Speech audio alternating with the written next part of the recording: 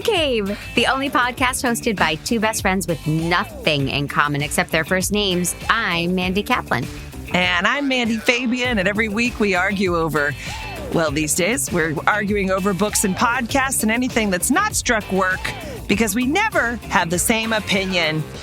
And we'll see what you think, who you side with. Grab a couch, let's get to it. Wait a minute, cut this shit. Right off the bat, I need to say you have worn the same exact color as your booth, and now you look like a very pretty floating head. The Wizard of Oz is one of my favorite movies. Okay. And most girls What a bold stance. That little hidden gem. I'm sorry, for those who don't know, Wizard of Oz is a film from 1939.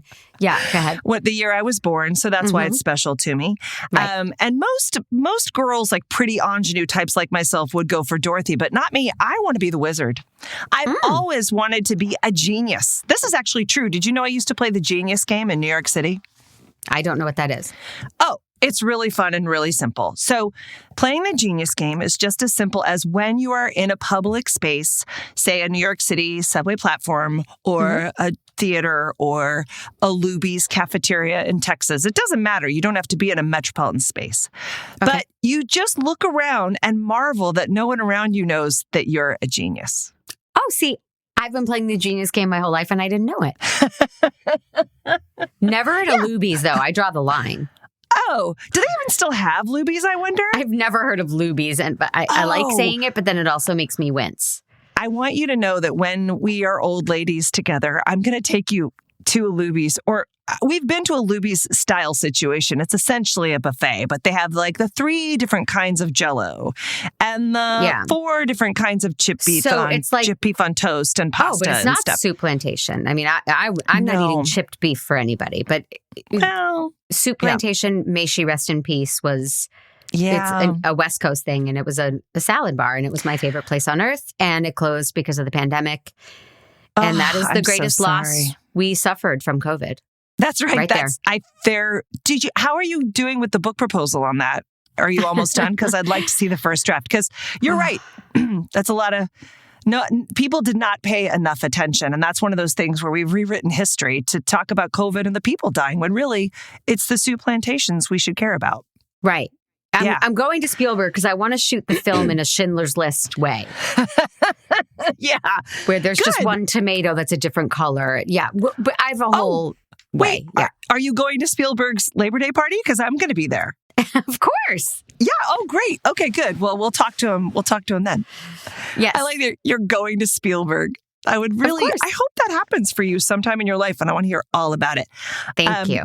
You know what I'm doing? What? This is a very big deal. Yes. I was listening to, we've been listening to a lot of stuff, but I was listening to Marie Kondo. Have you ever done Marie Kondo? Have you ever? I haven't done it, but I know all about it. Yeah. The Sparking Joy? Yes. I have been cleaning out my house like a mad woman. And I think that's why I feel 50 pounds lighter. Yes. It's supposed to have a real effect. It's amazing. Now, you don't have clutter like I have clutter. You seem like a much cleaner person than I am in general. I am much cleaner, let's be honest, but I'm also less cluttered and yeah. You're better hygienically. You're way better. I'm better in all ways. But while we're talking about Marie Kondo, cleaner if language. I did it would be an afternoon. It wouldn't be like a, weeks-long mission. I don't have a lot. I am doing a deep dive on every nook and cranny of my house, and I love it. And it's amazing. Yeah. All of a sudden, you're like, why do I have that couch? I hate that couch. Why do I have 2 kids? Exactly, yeah. Right? Which one sparks less joy? Yep. Out of there. Out of here, yeah. And the good news is these days, there's a lot of programs for people who will, a lot of fire stations near me. It's, so it's not going to be, that's the good thing too, is like now with everything online. Oh my God, I'm selling my clothing online?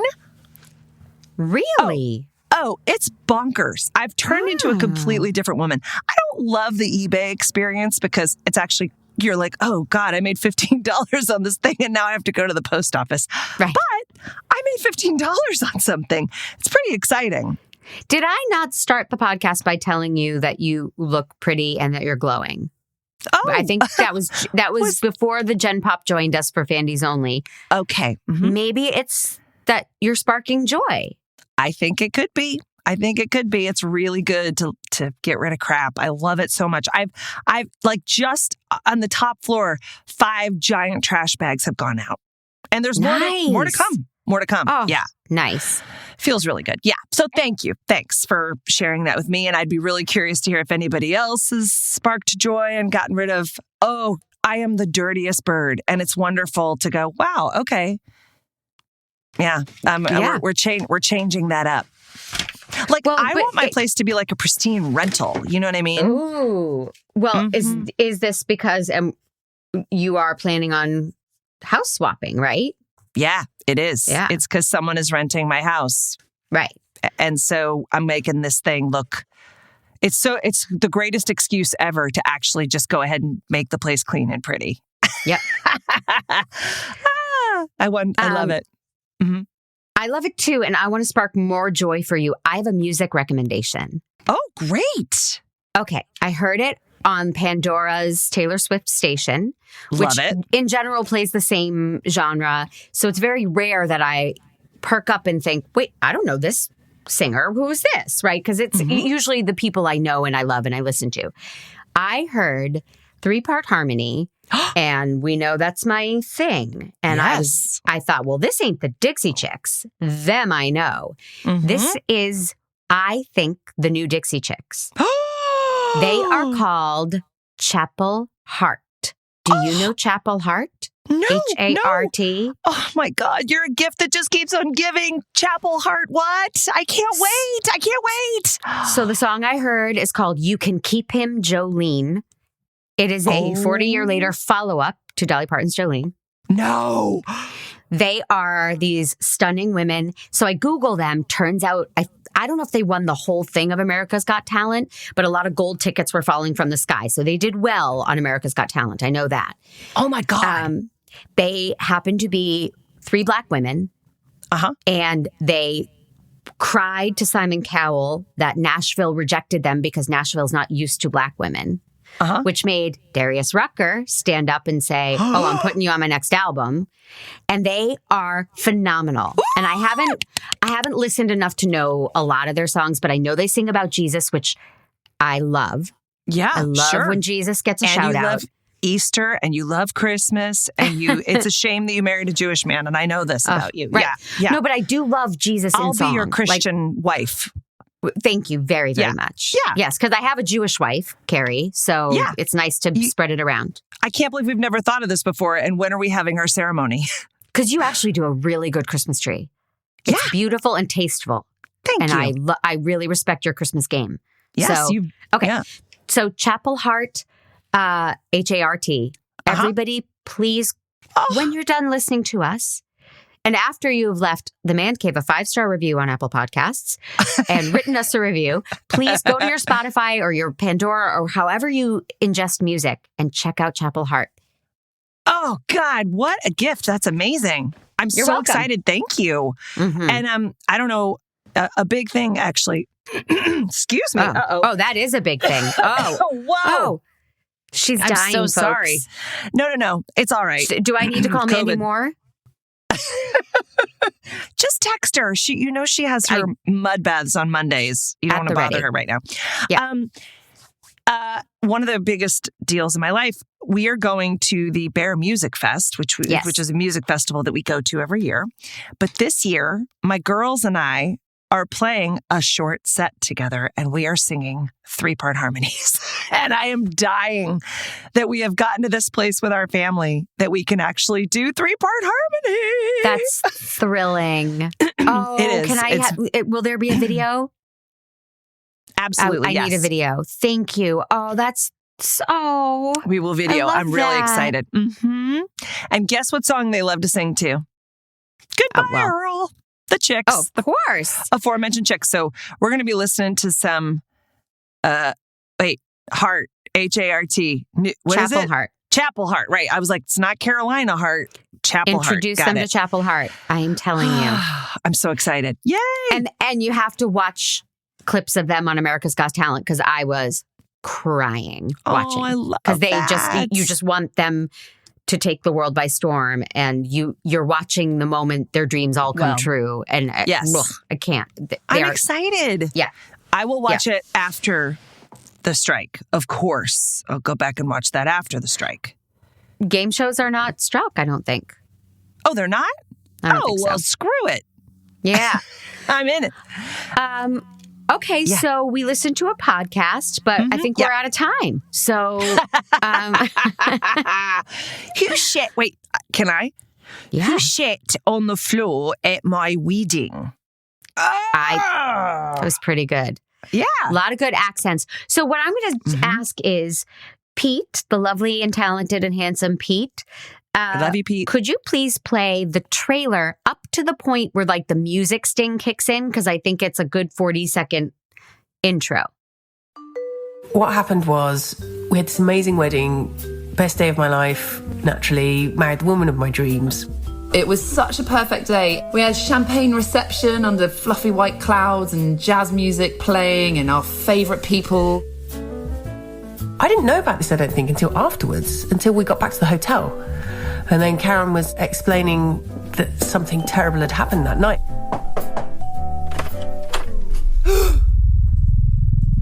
We've spent an unhealthy amount of weekends, an unhealthy amount of time just discussing who the fuck shat at our wedding. Like,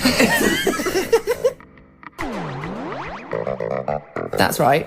One of our guests actually defecated on the floor, missing the toilet bowl by quite a distance.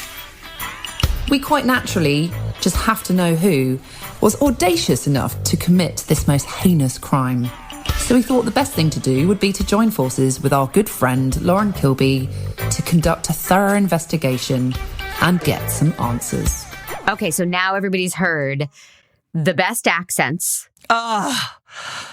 I mean, you could just melt at these voices. Yeah, I just want to hang out with these chicks all day, every day. They make me feel smarter just because of the accents. Yeah. And there's something really accessible. I have a feeling many groups of friends have sat around and said, we should do a podcast about that, right? Any story that's in their lives, right? People want to do a podcast. Yeah, these days it's weird if you don't have a podcast, actually. Yeah. Right. Yeah, we won't talk to you if you don't. But these three friends made this happen. Yep. Detective Lauren Kilby, who is not a detective whatsoever, is hilarious. So Helen and Karen, and it's going to be a struggle not to call them Helen and Catherine because... Yeah, because we two have of our dearest friends and couple. Biggest fandies. Yes, Helen and Catherine. Equally as hilarious as these ladies, But their accents are not as good. I'm just going to say it. Yeah, no. One's from Minnesota, I think. I mean, what the hell? One's from Tustin. I mean, what are... Yeah. So, she's from Wisconsin. It's the same. It's all the same. I have a inherent bias about Midwest. Like there's a South Wisconsin soda. Yeah, it's a whole thing. All right. Sorry, Catherine. No, okay. So Helen and Karen got married on a boat. Yep. In a lovely ceremony. Everyone raved about the wedding. 100 people on a boat. Towards the heavy drinking time, shit was discovered on the floor of the ladies' bathroom. 3 nuggets. They go into great detail. One of the nuggets had been stepped in and smushed. The other 2 were nice and whole and chunky. I mean, there's a lot of shit talk in this podcast. A lot. And these 3 women set out on a mission to find out who shat on the floor at their wedding. I mean, it's all there in the title. I probably didn't need to break it down. Yeah. They employ... But it's helpful. They employ a shitty lie detector test that they get online. Yep. They employ actual torture techniques and interrogation techniques. Yep. They hire a psychic. They hire experts, fecal experts, sex experts. They have a criminal lawyer working with them. All of these people are charming. All of these people understand the tone of what they're doing. And they interrogate the hell out of a lot of their wedding guests who are in on the joke. They're okay with it. But it makes you a little uncomfortable when they ask again and again, do you know who shat on the floor? Did you shit on the floor? Did you see someone shit? But yeah, the only time I really started to get like, oh my God, is when they were interviewing Hink. Now, for Americans, any Americans who might be listening to us out there, Hink is actually Hank. He is the friend who I think is the most suspicious. Now, I got as far as episode 11 and I did not get to finish it. And it's the greatest regret of my life. But it's also great because no spoiler alerts on my end. Sorry. But I listened to the whole thing. Okay, so is it solved? I don't know what I want to say if anyone's going to listen. Okay, all right. You don't have to say who. I'm just going to say, listen. Okay, all right. Is have it your satisfying? own journey. Is it satisfying at the end? Because they have to do something at the end. Not as much as you want. All right. Because I really want to know who shit on the floor. I know. And I'm sure it's got to have something to do with Hank, right? Hank's my prime suspect. It's hilarious. The best, weirdest thing about Hank is that it is widely acknowledged by him and everyone that he spent hours in the ladies' bathroom at the wedding. Hanging out with the women in the ladies' bathroom. And also, but that is weird. But what's even weirder is Hank's Facebook profile. I mean, the fact that he posts about different kinds of shit and his girlfriend knows about this and gets that Hank's super into shit. And that just makes you, I don't think they don't get into it, even though that was the thing. Something's hinky about that. Something's very hinky about that. Oh my God. And it's more sheet. It's more sheet, I think. At one point, somebody says the phrase, I got a D3. And I was just these accents.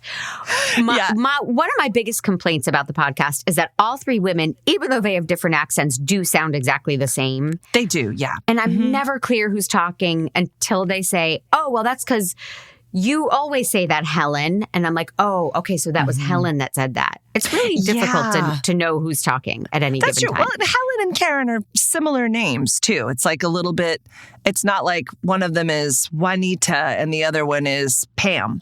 Yeah. That would have been helpful to change their names. Oh, right. Yeah, there's another woman who gets so into being interviewed in the podcast that she comes up with a fake identity and a whole character. So when they're interrogating her, yes, she is responding in character and she's having so much fun responding in character that they keep cutting out and going, that's not true. She's not any of those things. Right. And this is all. She has a whole backstory and she's quite passionate about it. Yeah, she's the helping only person. Women in Turkey. It's really, yes, it's all very charming. What I would say, I mean, there's not too much to break down. It didn't have to be 14 episodes. No, it could have been 6, Yeah, they were just having a ball. They did things like, they're like, they have a theory. They have to follow every lead. So they go to the zoo because there's a possibility that it might have looked like animal fecal matter. The fecal expert says like, well, it could have been an animal. So they go to the zoo to try to imagine animals that would be A, capable of escaping the zoo, B, could then swim to the boat, climb up on the boat, go into the bathroom and shit on the floor and then leave relatively unnoticed. So that was a ridiculous episode where that one I didn't care for. And I was like, Helen was like, I got to go to work. I'm not doing that. Right. Like there were a couple of red herring paths and they acknowledge it. They are very tongue in cheek and they acknowledge this is so stupid, but we have to follow every lead. And I don't know if you got to when Detective Lauren Kilby decides bad cop must come out. Oh, the interrogation episode with Hank, yeah? Yeah. Oh God, that's the one that made me actually kind of uncomfortable. She was really going for it. And in my mind, Hank did it. Now, he sounds like he didn't do it. And he keeps saying, I wish I could help you. I wish I could help you. But how does somebody have that much shit on their Facebook profile and hang out in the women's bathroom all night and like, those two things alone, you go, dude, it had to have something to do with you. It had to. Right. I don't see how he's innocent, but he was really game for that. He was great. What I would say about Detective Lauren is she does take it far, but you can hear her trying not to laugh as she is threatening his life, essentially, and threatening torture. But you can hear that tone where she's like, are you really going to make me do this? Like you can hear that she's holding back her laughter. Yeah. I found give her a series, and they are looking for future cases. They stumbled onto something here. So they're adding this. Oh, yeah. I don't know if you heard it at the end of the episode, right before the credits or whatever. I didn't even know if there were credits. But they say, if something happened in your life and you want us to try to crack the case because the police won't take you seriously.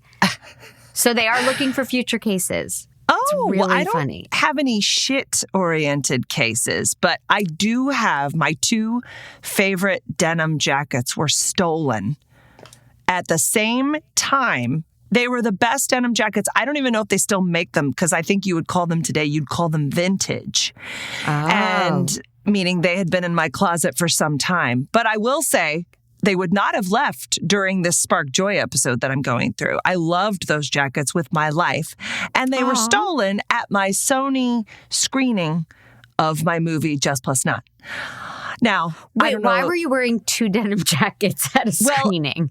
I had brought them for my children who might or might not have needed something to wear in the air-conditioned theater. So I had them either in my car or with me at the screening. I don't know which, but they were taken from me. They have disappeared and they no longer exist. So I may email them. Maybe I'll email them. I don't know. Now they're pretty far away. I don't know how they're going to solve this case. But they're based in Amsterdam. But it could be fun because there were a lot of celebrities at your screening. Yeah. So if they're going to look for, like me. Like you, so if they're going to look at suspects, I mean, I didn't do it. But I think you should be interviewed because I don't know. I haven't seen you. You don't strike me as a denim jacket wearing kind of girl, but also maybe you're not wearing it around me. I mean, you would be one of my loved ones that they would have to interrogate. Yes. Well, one of the woman you're talking about who created the fake profile and the fake name Dolly. Yes. Because her mother loved Dolly. So, but Dolly, they all agree, including Dolly, I think, that she could be a criminal mastermind. They all just say, oh, she's very smart. She's very savvy. And I think she interprets it as a compliment, and I would too. Yeah. Let me just say, the whole time I was listening to this, I thought that you could do this. Like, you would actually be the detective, Lauren, because that's your sense of humor. I go raunchy, but you go far with your, I'm going to take you down. You are like, you could do this. You really could. You could do a pretend detective, play bad cop. You would absolutely go there and pull no punches. I believe this. Wow. Well, thank you. Don't you feel that? I would love to do it. And I greatly respected her humor and but her commitment to the bit. She was really funny. And she allowed the brides to just be themselves because she was the driving force behind this. Thank you. I consider that a high compliment. It is. You planned a scavenger hunt for my 34th birthday that was like, went right to the edges. You had me go into a pornographic bookshop and try to order something. I had to look at all the shelves and I had to solve the puzzle. And then in a ball gown, you had me get on a bicycle and ride along Sunset Boulevard. Not a short way. And there was a big hill to the Mexican restaurant where I was to have more alcohol. So you go there with your comedy. But you know that I was following you. We wanted to make sure you were safe. So my co-conspirator, KP, was like, and then we'll just meet her at the Mexican restaurant. And I was like, no. We will follow and make sure she's okay and safe. So I will go far with my comedy, but there's always a Jewish mother looking out and protecting. You're amazing. We should write that movie because that was just one of the best nights of my life. And of course, I don't remember it. I mean, as you're talking, I'm like, right. I remember. And I do have, I have a picture on my wall somewhere. Oh, I love that. Of us that night, right here. Oh. But I'm not going to grab it because nobody else can see it. Yeah. Well, you could post it. Well, I'm going to make a deep observation about the podcast. And I'm going to bring in society. And we know you're the deep one and I'm not, but I'm going to do it. Yeah. Okay. All right.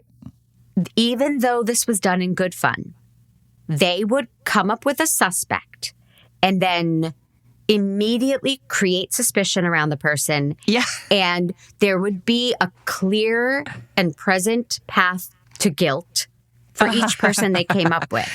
And that is something we do as a society. Oh. We can, right? People can be falsely accused. You can say anything. Like, I'm just spitballing. I don't know. Like, you could say Trump won the 2020 election. Who would say that? But go ahead. And I'm just, Yeah. Mm-hmm. Off the cuff. But if you just commit to the bit, you can convince 70 million people to vote for you and to believe you. Yeah. And that's scary. That's just the power of persuasion and what do they call it? Like lie by omission. So, and they did that in each episode. They were like, it's got to be the ex-boyfriend of one of the brides. Yep. Right? And so as listeners, we're like, I bet it was. I bet he was upset that she broke up with him and married a woman and he's, resentful. Yeah.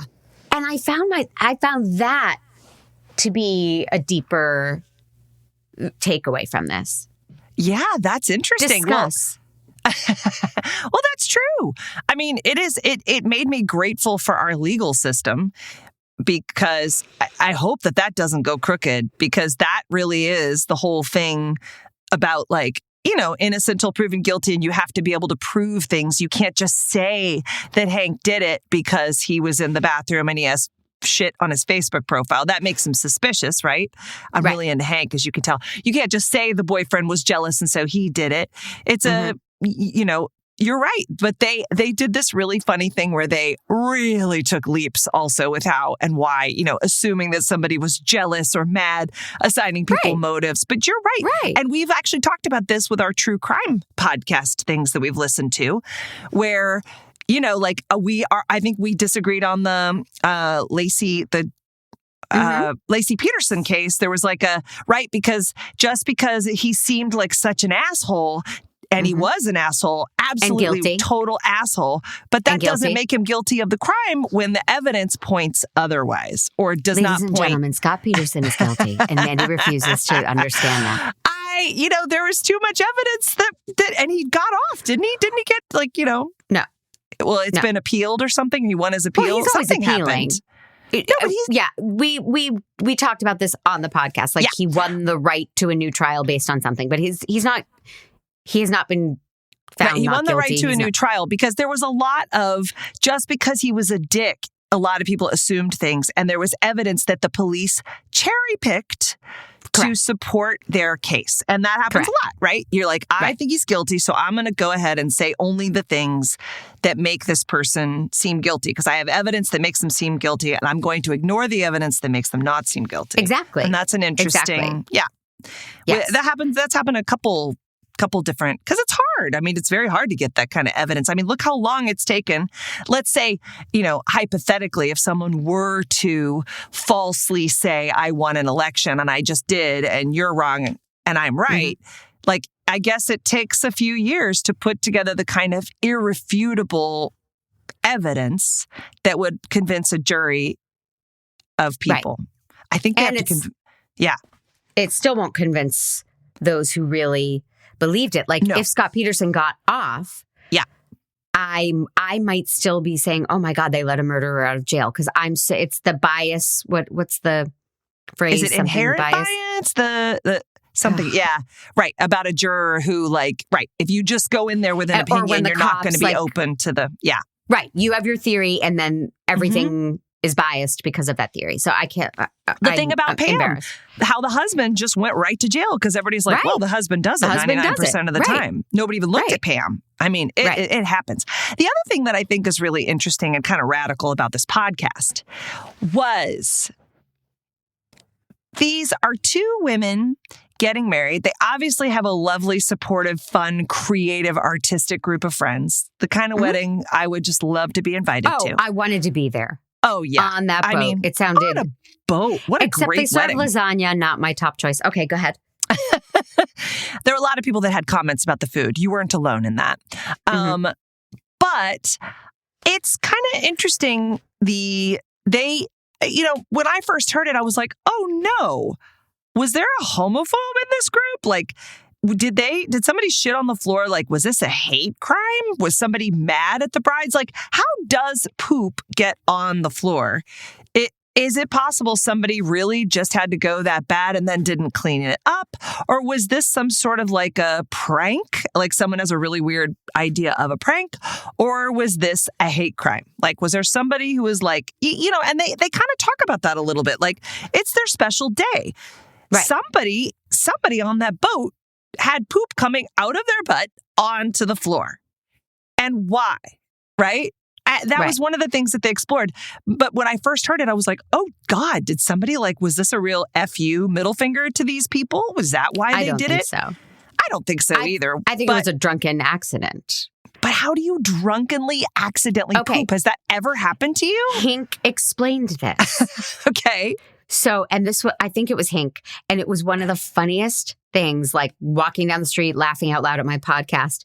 So he goes into detail about how, like, when you're camping and you're squatting, he said women squat in the toilet. They don't sit, right? Because so that the poop could fall into your underwear, which form a temporary panty hammock.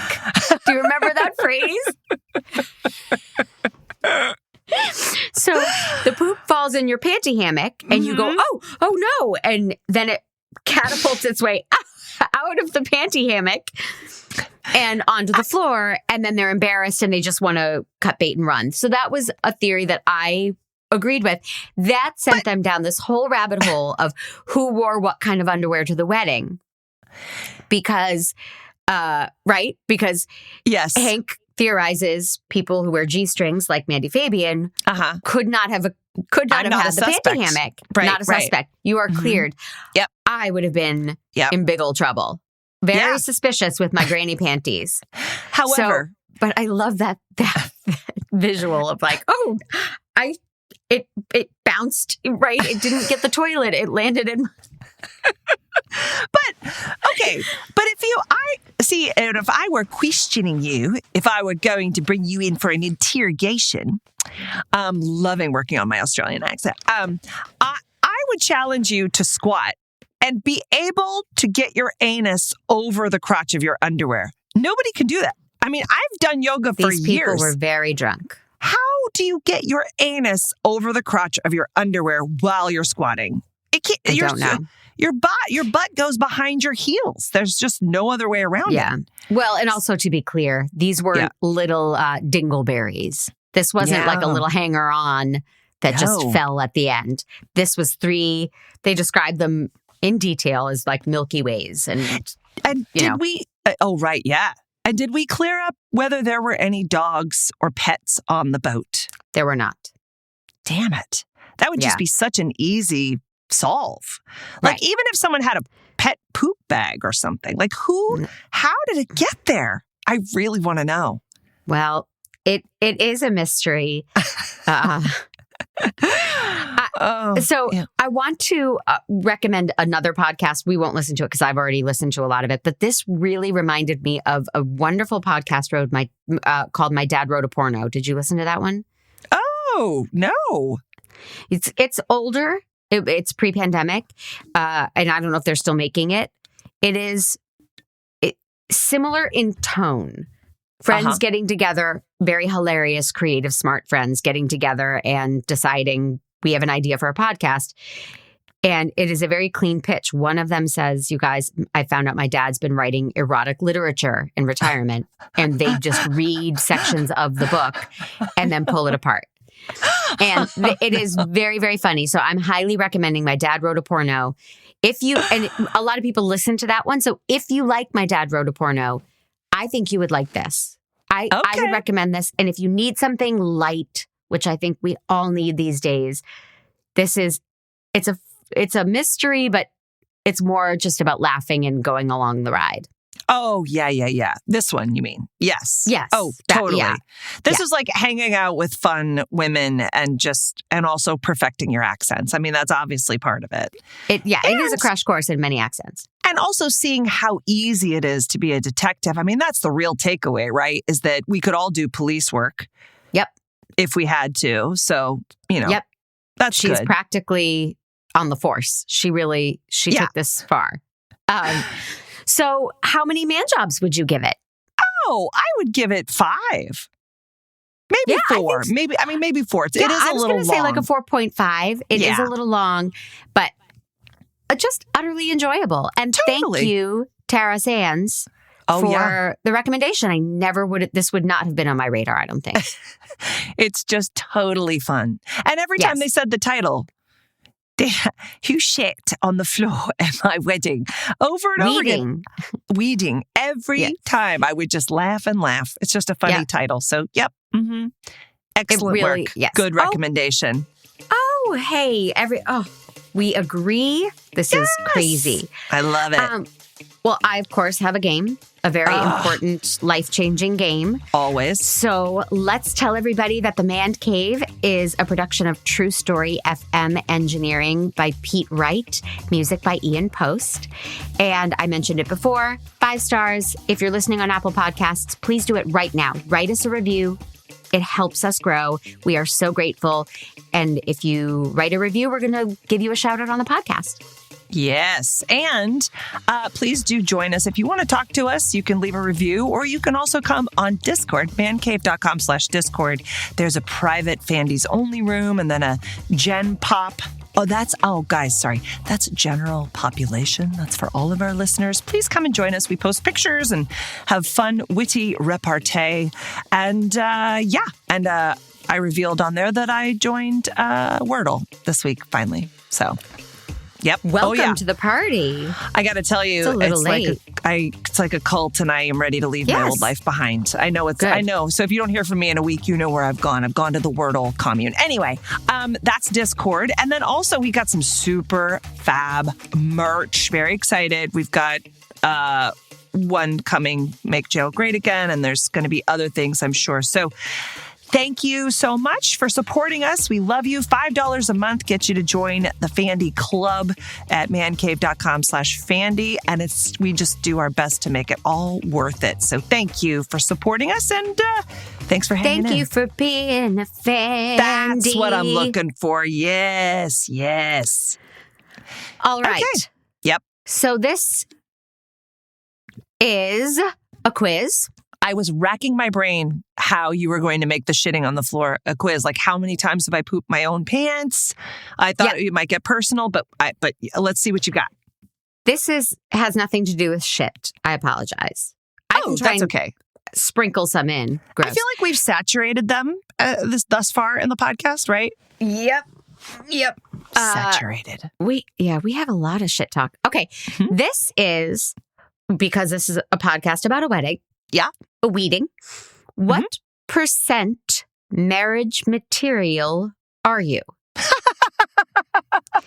And we're bringing Patrick on to tell us if we're right. Patrick, if you could, no, I'm just kidding. He's not coming on.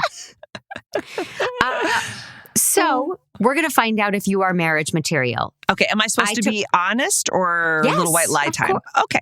And is this me during my marriage or before I got married? Like, are we interviewing the Mandy pre-marriage, or like the married version? Right now, what percentage marriage material are you? I took the quiz, so I have a score to compare to yours. Okay, great. Sure. Yep. All right. Are you ready? I am. Do you always apologize when you're in the wrong? I would if I ever was wrong. Okay. Mm-hmm. Yes, but it might take me a while to realize I've done something wrong or swallow my pride.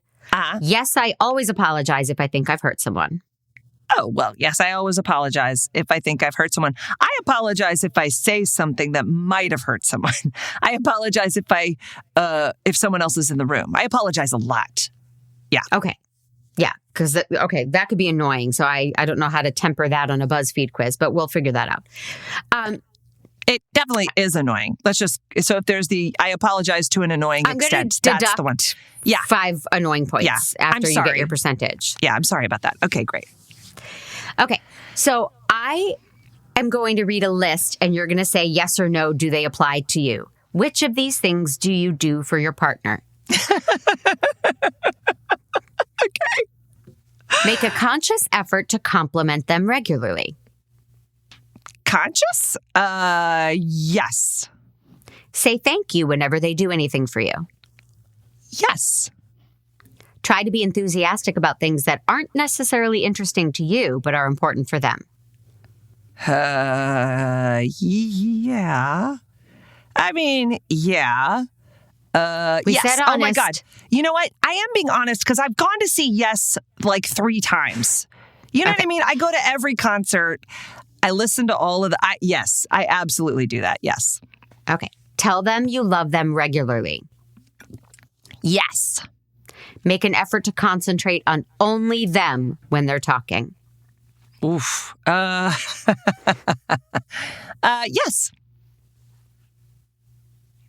Which of these things would be a deal breaker? You must choose one. Okay. My partner is unambitious. My partner doesn't have any of the same interests as me. My friends and family don't like them. Oh, God. Oh, God. I think probably, that's a tough one because, I mean, it's really important that we have the same interests. But also, if my family and friends didn't like them, that would be so stressful. I mean, I've had that. I've been down that road. They're almost, I'm one of your friends. I know. That's almost equal. That's really tough. Let's go with same interests. Okay. I'm trying to be less of a people pleaser. Are you very specific with how your home is organized and decorated? No, I don't really care. I'm fine with whatever, as long as it's clean. Yes, it stresses me out otherwise. Oh, God. Well, see, I mean, today, I would say I'm going to be 3. Yeah. All right. It has been stressing me out. But usually I'm not like that at all. Up to now, I haven't been that way. No, but you are answering as the version of you today. Yes. As you sit in your booth, a pretty floating head. Yep. Your partner is annoying you. What do you say to get them to stop? I'm going to do some character work. Patrick, what you're doing is very distracting. Could you do it elsewhere? Patrick, could you please stop that? Or I would just move somewhere else where they can't irritate me. I would probably do the B. Okay. How comfortable are you talking about finances with your partner? Oh, boy. Comfortable telling them about how much you earn and if you have significant debt, but they don't need to know everything. Completely open about all matters financial. Fine if it's brought up, but you don't know how comfortable you'd be bringing it up. I hate talking about finances. 4 answers. I'm completely open. Okay, hold on. Got it? How would you describe your friendship groups? Oh. Close-knit? Mm-hmm. Varied. I have lots of different friends. I have just 1 or 2 close friends. My partner is the only person I need. I can't even say that with a straight face. Well, obviously it's that one. No, I varied. I have a lot of different friends. Do you think partners should keep secrets from one another? No, you need to be able to trust them with everything. Mm-hmm. Ideally, no, but it would be naive to think you could tell them everything. Sometimes it's better to keep things from them for the sake of the relationship. I'm entitled to my privacy and they to theirs. Probably that one. Privacy. I mean, All right. Yeah. Would you be disappointed if you didn't have your dream wedding? Yes, of course, that's half the fun of marriage. Maybe, but I would get over it. No, if anything, it would be a relief. I don't want a wedding at all. It would be, no, if anything, it would be a relief. I heard a story about these 2 people that got a surprise wedding. They literally had a friend who loves planning weddings and it was going to be their efficient. And they said, here's the budget. We're going to buy our clothes. You plan everything else. And it was a surprise wedding. It's the best thing I've ever heard. But they knew they were getting married because I thought you meant they walked in someplace and thought they were going for a barbecue and everyone was like, surprise, it's your wedding. Okay. No, they had agreed to get married and they knew that someone was going to plan a wedding, but they didn't know when it was going to happen. Fun. Oh, I would plan that. I would plan the hell out of that for somebody. Maybe we should plan each other's like vow renewals and we'll surprise each other. Yeah? All right. Drum circle, here we come. Who should do most of the chores? It should be equal. Whoever has more time, whoever has the less stressful job. Wait, I'm sorry. I got distracted by the drum circle thing because we need to put that into context. Okay, Patrick planned a drum circle for my 40th birthday, and I just want you guys to know it almost ended our relationship. Yes. It's the only reason I've ever had to divorce him ever. But I didn't. And I love him. And we had a great, it made us stronger. What doesn't kill you makes you stronger. But if anybody has any drum circle recommendations, please do reach out on mancave.com/Discord because I have all kinds of tips. Number one being, don't do it. Okay. Don't do it. Sorry, what was the one about what? Who should do most of the chores? It should be equal. Whoever has more time. Or whoever has the less stressful job. Yep. See? Wait. It should be equal, more time, less stressful job. I guess whoever has more time. We never have jobs. We're artists. Do you actually ever want to get married? So I know that this is... Okay, yeah. You know, a little messing with the timeline here. But no, I think marriage itself is unnecessary. But I would like to have a lifelong partner with that level of commitment. Okay. No, I don't want to be tied to one person. Yes, my life would be empty without it. Yes, but only if I met the right person. Otherwise, I'd remain unmarried. I guess it's that one. Yeah. That makes sense. I still feel that way. You are 78% marriage material. 78? Wow. I thought it was and I said I would drop 5 points, and I don't even remember why now. Do we remember why I was going to drop 5 points? Something I said was annoying, although I think that's particular to you. Oh, the apologizing. Yeah. Mm-hmm. Yeah, I don't care for that. So I am dropping 5 points. So you are 73% marriage material. Also, that makes me feel better because I was 84% marriage material. Oh, okay. All right, good. So suck it. Then how about if I go to law school, or you should go to law school so you can be my divorce lawyer? Because clearly it's going to all fall apart. Yeah. 73%, you know? Well, I thought... Detective Lauren Kilby isn't a real detective. I could be your lawyer. And yes, I don't have to go to law. I mean, what a drag. No, you're right. And you would just go for the jugular. And Patrick is more than a little afraid of you, so that would be great. Oh, fantastic. By the way, honey, if you're listening, I'm not really going to divorce you ever. You're stuck forever. He loves that. Like, because he lives one day at a time, so he loves it when I'm like, you're mine forever and ever and ever. Yes. That was in my vows. Yeah. It's still true to this day. I was there. I remember. All right. Okay. All right. What am I listening to or reading or? You are going to listen to, this is an author. I read his first book, Nothing to See Here, and it was truly one of the most joyful reads of my life. It's so funny and irreverent, and he's just hysterical. And that book was called Nothing to See Here. But we are going to listen to his new book, Now is Not the Time to Panic. And, listen to as much of it as you can get through. I haven't listened to it, so I don't know how the audio narrator is, and that's always a factor. But he's hysterical, so I hope this one is as funny as the other one. And also, good reminder, now's not the time to panic. I mean, I think, it's a good message, right? Nice mantra. Yes, it's a mantra as well. Yeah. Yeah. It's a mandra. Oh, God, you're good.